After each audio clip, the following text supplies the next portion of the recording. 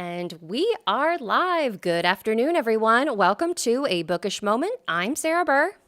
And I am J.C. Kenney. And folks, we are bringing you somebody very special today. We're doing a little time warp thing because it may be 4:30 on the East Coast, but it's only 1:30 where our guest is hanging out. So even with the time warp thing, Sarah, I think it's time to get bookish. Yes, and we have joining us, you may know her from visiting us earlier this year with Hmm. the Ladies of Murder They Write, but Kate B. Jackson is here to take the spotlight today.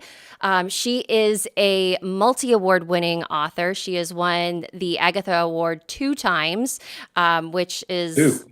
like so amazing and so cool. Her Sasquatch Hunters series is just an absolute delight for those young and old. So if you are looking for a new book, a new series to give to your middle grade child, this is a series that you should definitely check out. But Kate also writes 2 very engaging traditional mystery series, cozy mystery series. The Chattertowne Secrets mysteries and the Cruising Sisters mysteries, which is, spoiler alert, the way that I want to live my life.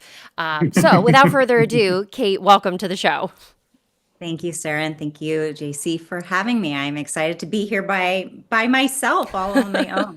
Yeah, we get you without anybody else. And we have a lot of ground to cover because you are We do. currently writing 3 different series, which I feel that I get this a lot from folks when they find out how many different series I've written. And, the big question is like, how do you write so many books and why do you write so many books? So maybe by way of introduction, can you tell us a little bit about what got you into writing, what led you to this career, and how you decided to create so many fun worlds to explore in?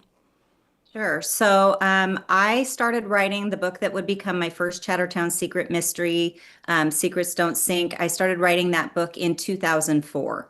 I had been starting to write stories for a long time, and I decided that I wanted to write that story, kind of inspired by some true events from my family history, and then it kind of took a detour.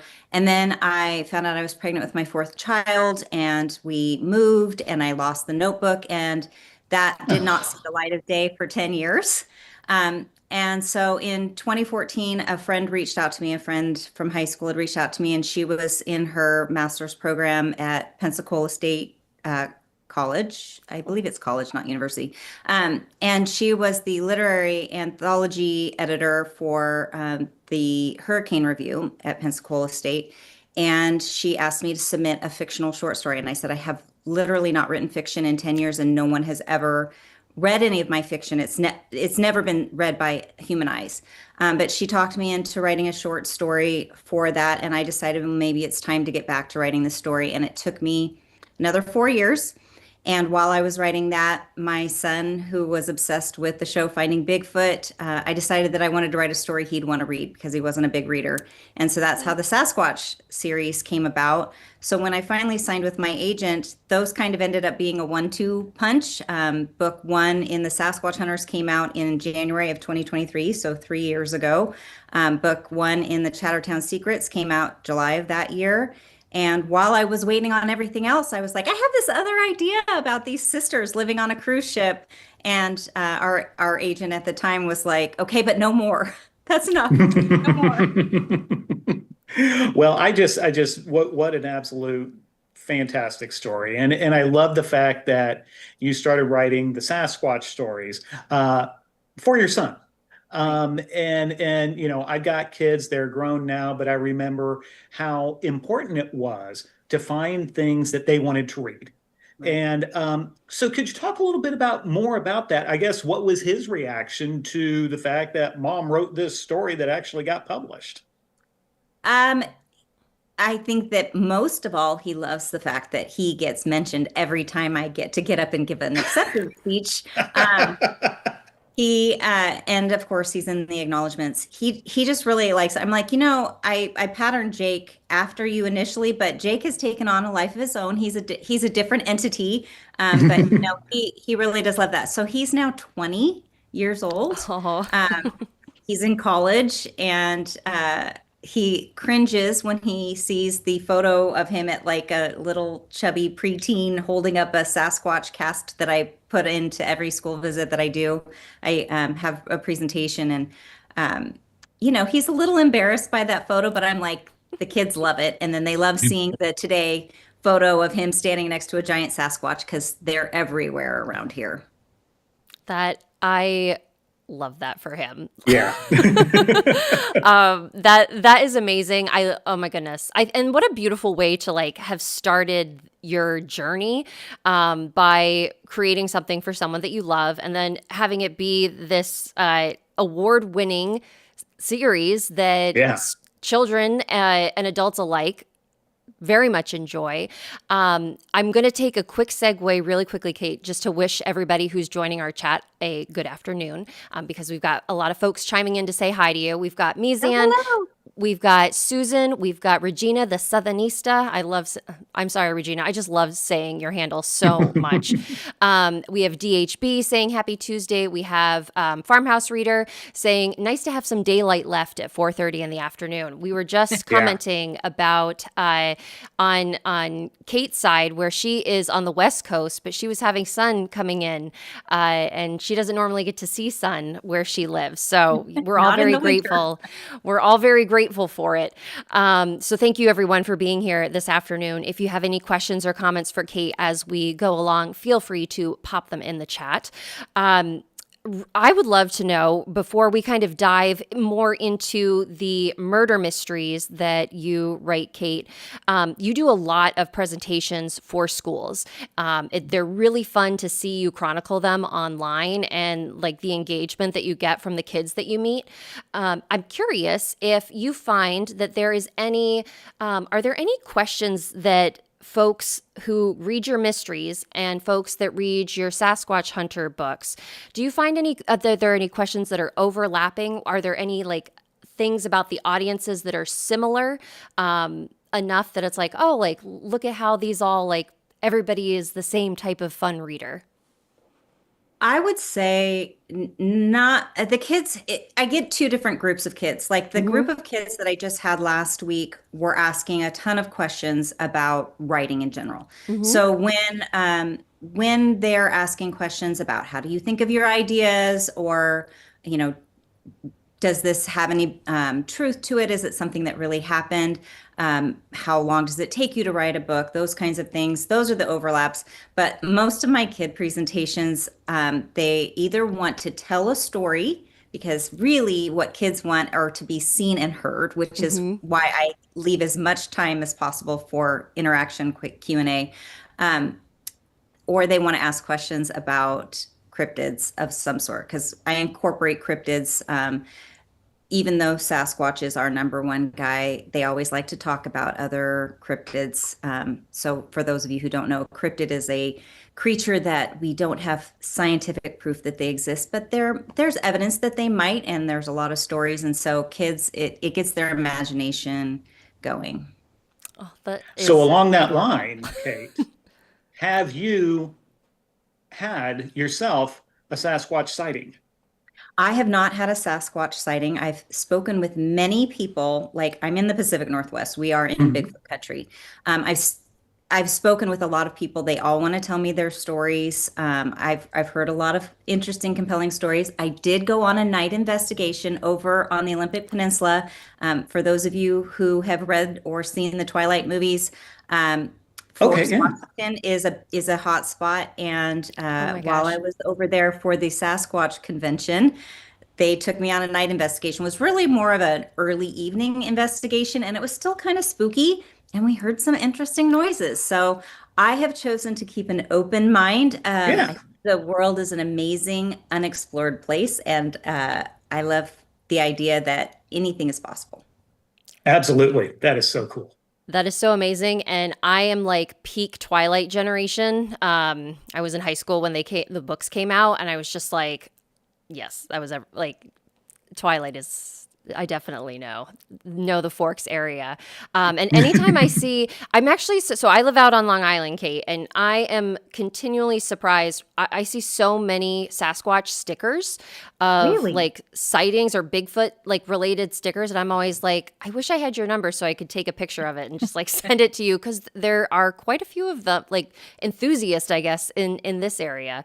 But I think there's a lot of weird stuff that's come out of Long Island, like ticks.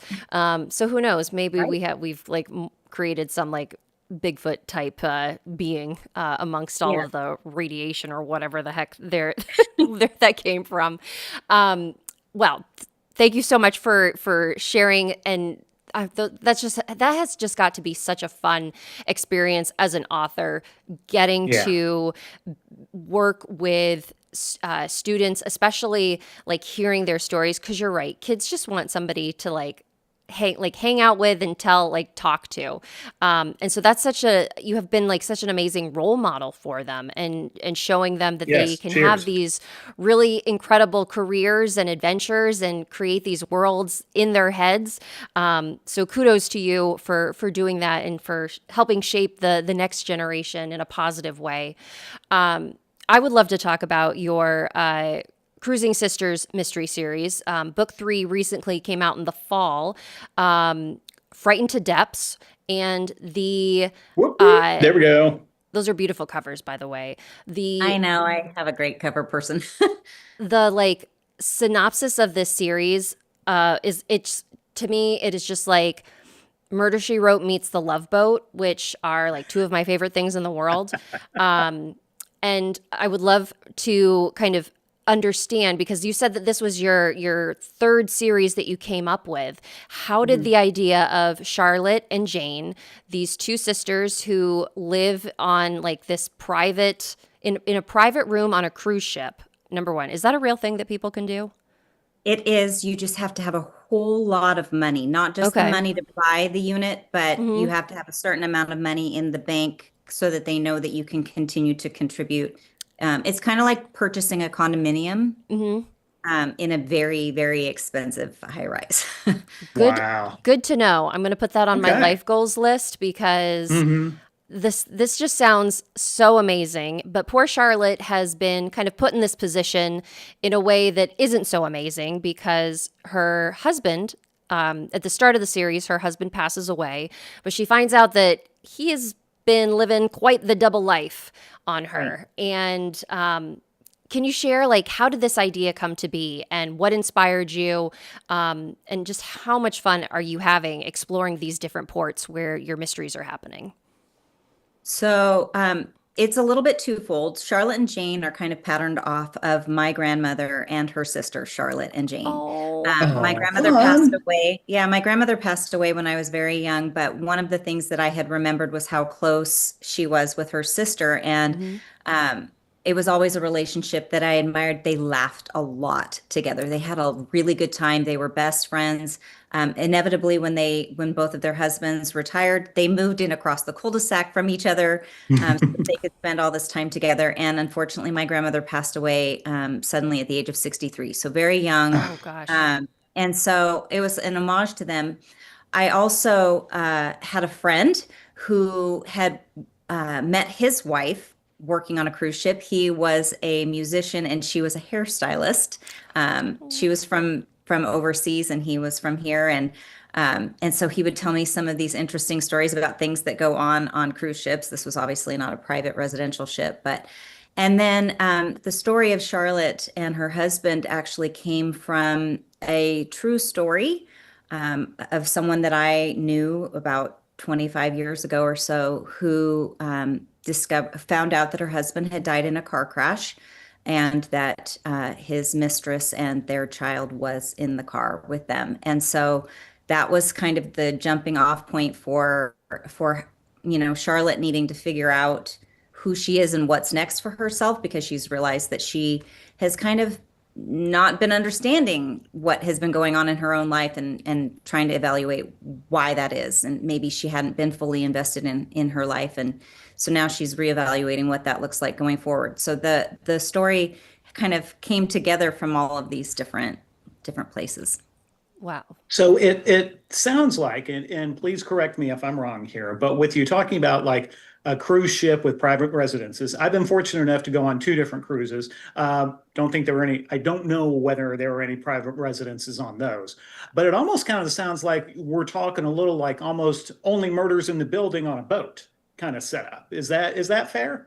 Yes. And people always say you should talk to the cruise ships about, having your books. I'm like, I don't know that they want this much discussion of murder on cruise ships on their book. I mean, Yeah. I think it's fun to take a murder mystery on a cruise ship that's set on a cruise ship when you're going, but I don't know that I can talk Royal Caribbean into it. But yeah, private residential cruise ship. There are people that do live on regular cruise ships as well. I read a book about this elder woman, who was living full time on a cruise ship. She loved cruising with her husband. When he passed away, she decided she was just going to live on cruise ships. And once you get going in their reward system, it's easy to do. But with the private residential cruise ship, it gave us a little bit more of that small town feel, that closed circuit thing, and the ability to have some recurring characters as well. Oh, okay. With the big cruise ships, there's so much turnover that it would be difficult to have that. So in this situation, we have kind of an Airbnb situation where they can people can rent out their units to people that qualify to be allowed to do so. So you do have some new blood coming in, but the idea is that it's a controlled environment. And I love that you put you have like the manifesto in the beginning of the book, so we kind of understand like, okay, who's occupying what cabin? Because one thing that's really fun about like ship crew like crimes is that you really have to visualize the space. Readers have to pay attention about where things are, because certain and I feel like like in every, I read a lot of cruise related mysteries because I just love the idea. I don't know why. But it always has to do with like, okay, like you can only see your field of view in like the hallway of a cruise ship is only so much. And it's so important to understand the layout and the flow and like where the guest quarters are according to the crew and all of that stuff. So I really love that like you give us as much detail as possible so that the reader can really visualize what's happening on the cruise ship. In Frightened to Depths, we really start off with a bang, because we have Charlotte running into our dead body before we kind of get this 48 hours flashback of like, this is what happened earlier. Can you kind of set the scene for us? This is the third book in the series, and this time we are docked in New Orleans, which must have been so fun to kind of bring to life the way that you did.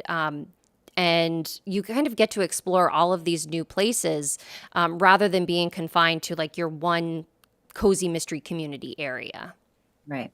Yeah, that was one of the things that I wanted to do. I think when our former agent was shopping the series, there was certain concern. There were a lot of people that a lot of editors loved the books, but were concerned about how you can keep it fresh when you are on this closed, in this closed community. And so I thought it would be fun to get things going on land prior to them sailing away, and kind of set the story, because what we're looking at is a musician who, kind of went solo and kind of left his original bandmates in the dust, and he became famous, and they have been struggling ever since.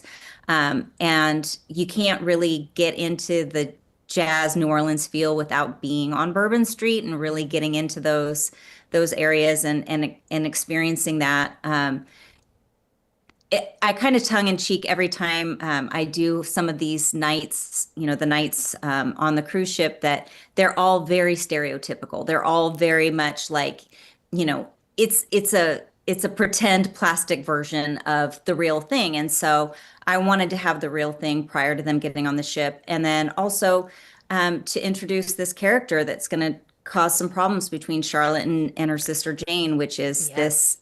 this man who Jane, a former professor of Jane's, who she's had a bit of a crush on, and he decides that he's going to join this cruise ship, and this is starts to cause some issues between them, and so all of that needs to happen in New Orleans. And having been to New Orleans, to me, it evokes so much: the food, the colors, the music, all of it is just such a fun environment to write about. Well, and I just want to say, first off, yes, yeah, New Orleans is amazing, such a wonderful setting for any type of story. I also want to mention, I've either read and or seen a lot of mysteries where it features that kind of trope of the band who was, yeah, everyone was together and then they break up. Somebody goes on and is successful, and then the rest, are left maybe resentful, maybe murderous. We don't know until we either watch or read. I love that. I love music. How did you come up with that particular idea? Since for the story nugget for this particular story.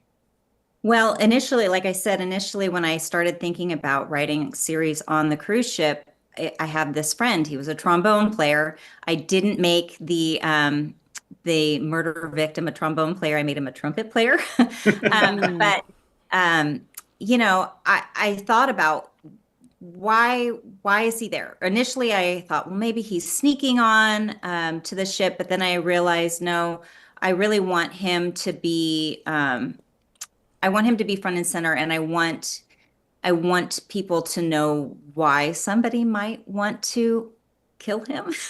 And so it kind of evolved from the initial idea of wanting to incorporate this storyline of a musician and some of the stories that my friend had told about the shenanigans that happen when you are on a cruise ship.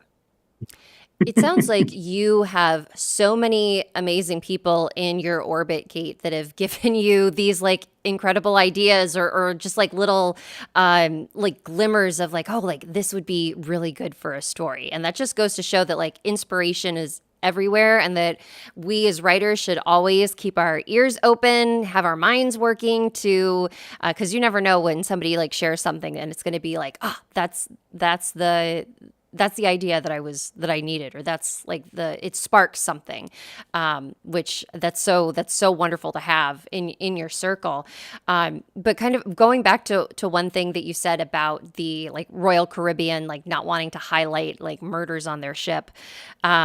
It's shocking how often in the real world that there is foul play on a cruise ship, and how lawless that the investigations actually are, because if you're in international waters, there's going to be some jurisdictional issues. I don't know if you've seen the documentary. I think it's on Netflix. It's Amy Bradley is Missing. Yep. That like, especially with her like kind of hanging out with the musician, I couldn't help but think of like, oh man, like there are some like scary similarities of how easy this can happen in real life. So I think that you've grounded this series in such a new and interesting concept that not a lot of people are experiencing in the cozy mystery genre. But it's something that they definitely like need to be aware of, because a lot of people go on cruises on vacation and a lot of stuff goes wrong. And it's like, I can't convince anybody that I know to go on a cruise with me because they're all scared. But I just think that it's like such a wonderful place for there to be a mystery. And I just can't wait to see where Charlotte and Jane's relationship goes, because as you mentioned, or you kind of hinted to, with the emergence of Emmett, this man from her past, there's some tension there for them to work through. And so kind of, at the conclusion of the story, like where do they go from here? Is there a book 4 in the works that we have to look forward to for more adventures? So, as JC knows, Tule likes to do quick releases, and I had some contracts that I needed to complete before I turned to do a book 4, and I think that they would prefer to do maybe 4 or 5 or 4 5 6. So I had put a pin in that while I had been working on my contracted stuff, and then we haven't talked about it since last year about whether there's going to be a book 4. We kind of ended it in such a way that it could continue, but also it would probably need to be a new character arc, because a lot of things change for Charlotte over the course of the 3 books, and she's kind of now moving into this new thing. So it would need to look a little bit different, and I have not had the mental bandwidth to come up with that yet. But I do love the idea of continuing the series. My editor, Julie at Tule, is fantastic. She's fantastic. And so I would love to work with her again or continue on this series. I love to hear And it. Julie is a fellow Hoosier. She lives on the south side of Indianapolis. So Julie I hasn't slept. She's on an emotional high right now. Yeah, even more than me. Hey, I hate to cut this short, but I got a question. Our good buddy Susan Worrell, she wants to know, Kate, if you're going to be at Malice this year. I will not be at Malice this year because Oh no. I am going to be in New York for the Edgars, and then I will be there for Thriller Fest right after. And I'm also going to be in at the Public Library Association's annual convention in Minneapolis earlier in April. So it just was a lot. It was a lot to try to fit in. It's my first time missing since like 2022, so I'm kind of bummed about that. But no, I will not be able to make it to Malice. Oh, we're bummed to hear that. Spirit. Yeah. But if you're in the New York area, let me know, because I would love to be able to meet up with you for coffee or something during your time here. Will be there. I will be there for like a week and a half. So okay, well then hopefully we can cross paths. Sure.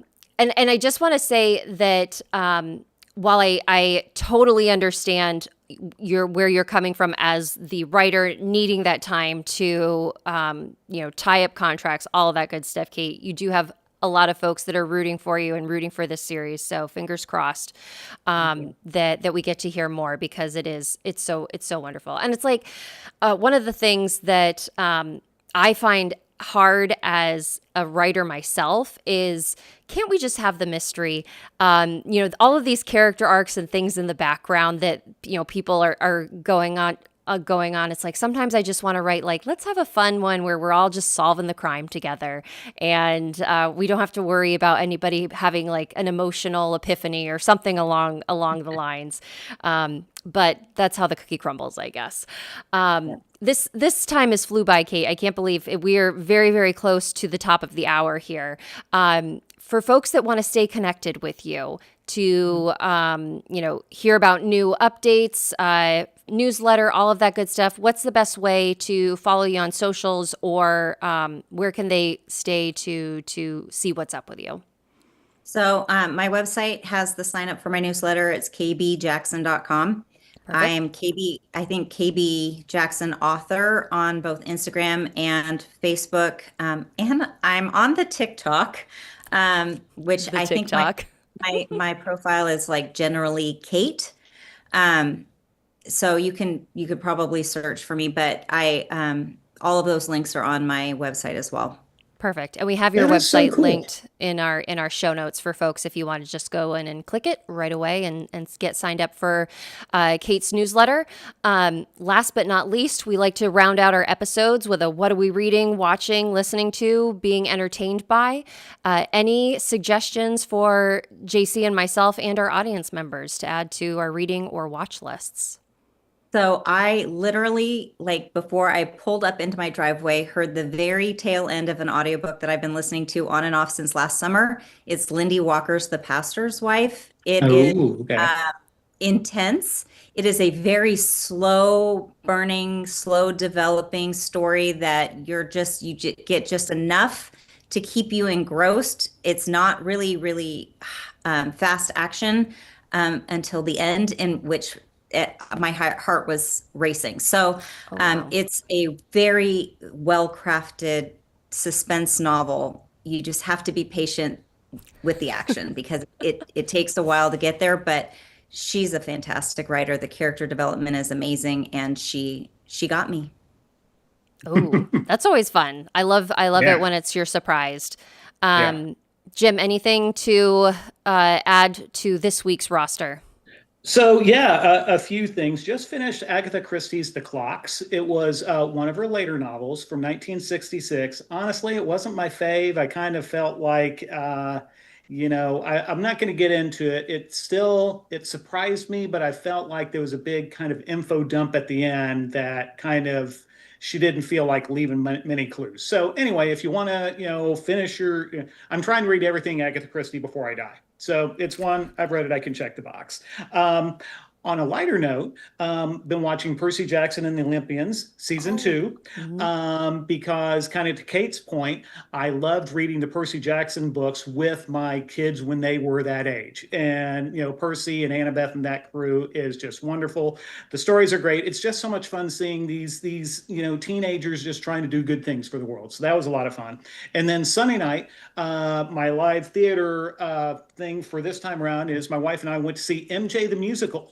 It's a jukebox musical about Michael Jackson. So that was pretty cool too. So Nice. that's what I got. Yeah. So got to continue to plug the live performances, folks. So how about you, Sarah?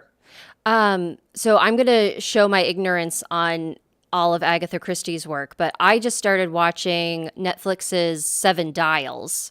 Yes. Is that the same as The Clocks, or is that a different? No, that's a different story. Okay, good. All right. Because I was like, wait, she's got a lot of clock stuff going on. Yeah. So we just saw the first episode last night. It was really good. I have this, it's not one that I've read, so I have no idea what's going on. The acting in it is superb. Really good. They like the people that are just like dropping dead all over the place. I'm just like, oh my gosh, like they're dying too. It's like, who's going to be alive by the end of this? So I'm very excited to keep watching. It's only 3 episodes, so it's like not like too labor intensive. And then for any spooky movie fans out there, we watched The Cursed this weekend, which is about, I believe it takes place in like 1925, and it's like post World War One, which has like some lore tied to this curse that is afflicting a manor, that there is. There's just people are going missing and creatures are sprouting up in their place, and it was creepy. But it was enjoyable. We George and I liked it. We did think it was a little bit too gory, but if you can stomach that, it was a very good tale of woe, very Edgar Allan Poe-ish. We have Regina saying in the chat, rewatching Good Ship Murder, which I was actually just thinking, Regina, about like with the Cruising Sisters, that also kind of ties to how like Good Ship Murder runs, except it's the crew that's solving the crimes, not the passengers. And I did see the new PBS Cozy Mystery Series Bookish.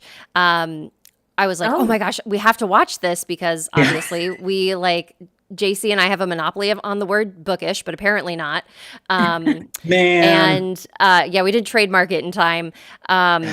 But there was only 1 episode out, and I'm a person that I need to binge. So I'm going to wait until the full season is out so that I can then watch it on my PBS subscription. So, yes. So hopefully we've got some good recommendations for you guys going into the week. We do have another episode happening on Thursday. Our guest is Amy Austin, and she has written what she is calling a social thriller. So it'll be interesting to see how a social thriller differs from a psychological thriller and a suspense thriller and a legal thriller and all that good stuff. So you guys can tune in at 4:30 on Thursday. Head to Kate's website at kbjackson.com. In our show notes, get signed up for her newsletter. She has something for everybody when it comes to her writing, and you guys are going to very, very much enjoy. And just, you got to pick up, if you've got a kid in your life, pick up the Sasquatch Hunters series. Like, kids just love these books. They're so joyful, And so much fun. Just came out. Yes. And I also want to say this weekend, we all need to be, in honor of Kate, we all need to be wearing our blue and green and cheering for the Seahawks, right, Kate? Go Hawks! Oh man, football. I can't. Oof, it's going to be an interesting couple weeks in my household because I live with a Patriots fan. Oh. Yeah. Oh, so to our wonderful audience members who joined us live, we really greatly appreciate you being here. For folks watching after the fact, thank you for stopping by and being bookish with us. Kate, thank you so much for sharing your time with us. It was great to see you solo, and we hope that you'll be able to come back on and share more of your writing adventures with us in the future. And until we see you all next time, stay bookish, everybody. Have a good one. Bye. You.